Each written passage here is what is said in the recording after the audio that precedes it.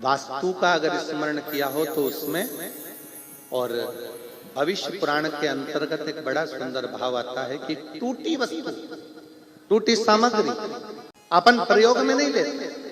यहां तक कि शास्त्र कहता है कि सुबह सुबह स्नान करा, स्नान कर कर पूजन करने के लिए जा रहे हो, स्नान कर कर पाठ करने के लिए जा रहे हो, स्नान कर कर दर्शन करने के लिए जा रहे हो, स्नान कर कर भगवान का भजन करने के लिए जा रहे हो, स्नान कर कर तैयार होकर किसी अच्छे कार्य के लिए जा रहे हो। यहाँ शिव तत्व तो यहां तक कहता है कि टूटा कंगा जीवन को कर देता है नंगा।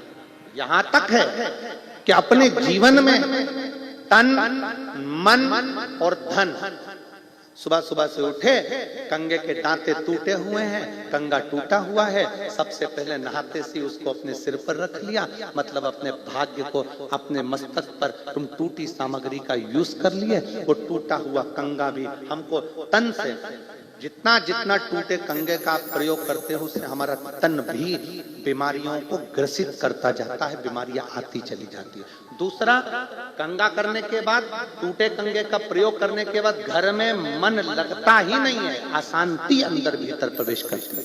और तीसरा, जिस कार्य के लिए जा रहे हो, धन कमाने के लिए जा रहे हो, वो धन हमारे घर में आता ही नहीं, क्योंकि सुबह से उठकर तुमने वो टूटे हुए कंगे से अपने भाग्य की रेखा को निचोड़ लिया है।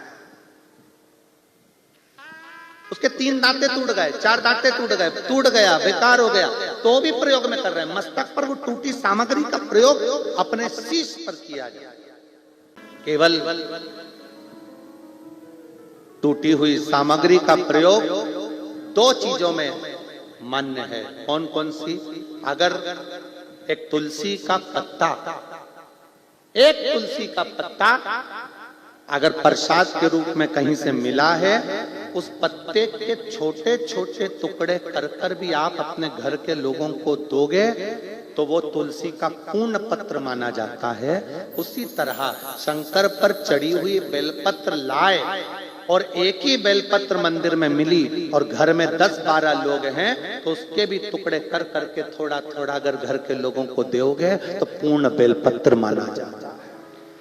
एक तुलसी का पत्ता शंकर भगवान पर, ठाकुर जी पर चढ़ा हुआ, लड्डू गोपाल पे चढ़ा हुआ, कृष्ण जी पे चढ़ा हुआ, राम जी पे चढ़ा हुआ लेकर आए, आपको मिला प्रसाद के रूप में तुलसी का पत्ता। आपने वो पत्ता एक है, रहने वाले घर में 14-15 लोग हैं, तुलसी के पत्ते के छोटे छोटे टुकड़े कर कर, छोटे छोटे टुकड़े कर कर घर के लोगों को प्रसाद के रूप में दिया।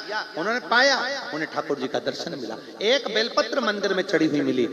घर में तो 10-12 लोग हैं, बीमारी सबको है, तकलीफ सबको है, पर मंदिर में इतनी बेलपत्र मिलती नहीं है। एक बेलपत्र मिली, हमने उसी बेलपत्र के छोटे छोटे टुकड़े कर कर घर के 15 लोग हैं, 15 लोगों को जरा जरा सा दे दिया, अर्थात वो पूर्ण बेलपत्र का फल प्रदान करता है, वो पूर्ण तुलसी का फल प्रदान करता है।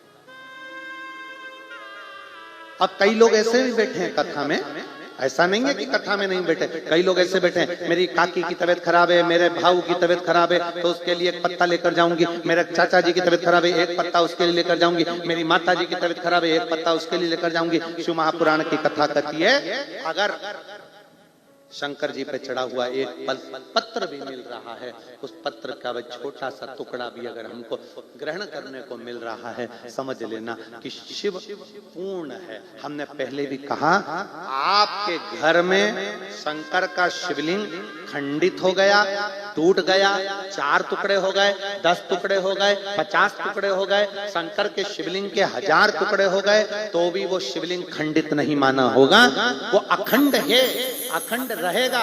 उसका नाम खंडेश्वर महादेव हो सकता है, पर वो खंडित नहीं मान सकते उसको, वो पूर्ण है और पूर्ण ही रहेगा। टुकड़े टुकड़े हो रहे, जैसे कंकर शंकर की भूमि सीहोर से, कंकर शंकर की भूमि कुबेरेश्वर धाम से आप कोई कंकर लेकर आपने जल चढ़ाते चढ़ाते 15-20 दिन हो गए, उसके टुकड़े टुकड़े हो गए, कटोरी में रखे रखे उसके 10-20 टुकड़े हो गए, 15 टुकड़े हो गए, 2 टुकड़े हो गए, वो खंडित नहीं है, वो अखंड है।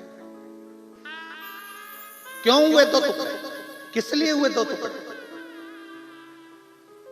आप लाए कुबेरेश्वर धाम से कंकर शंकर उठाकर लेकर आ गए, पूजन कर कर लेकर आए, टुकड़े हो गए। क्यों टुकड़े हुए? हो सकता है मेरा बाबा तुमको दुगना कुछ फल प्रदान करने वाला होगा। ये जरूर है कि सुबह का समय जब हम बाबा को प्रणाम करें, या तो अगर टूटा हुआ कंगा भी तुम्हारे पास में है और दूसरा कोई कंगा नहीं है, तो सबसे पहले अपने बाल को अपने हाथों से सजाइए, क्योंकि ये हाथ की रेखा हमारे सिर पर जब पड़ेगी तो हो सकता है कि पूर्ण तरह से हमें फल की प्राप्ति हो जाए, हमें सुख का अनुभव हो। पंचामृत में क्या क्या चीज चाहिए? बोलते जाओ जल्दी, बोलो जम के बोलो जरा। दूध, दही, घी, समझ गए? ठीक है, ये तो हो गया पंचामृत। चरणामृत में क्या चाहिए? ये तो पंचामृत हुआ। चरणामृत में क्या चाहिए?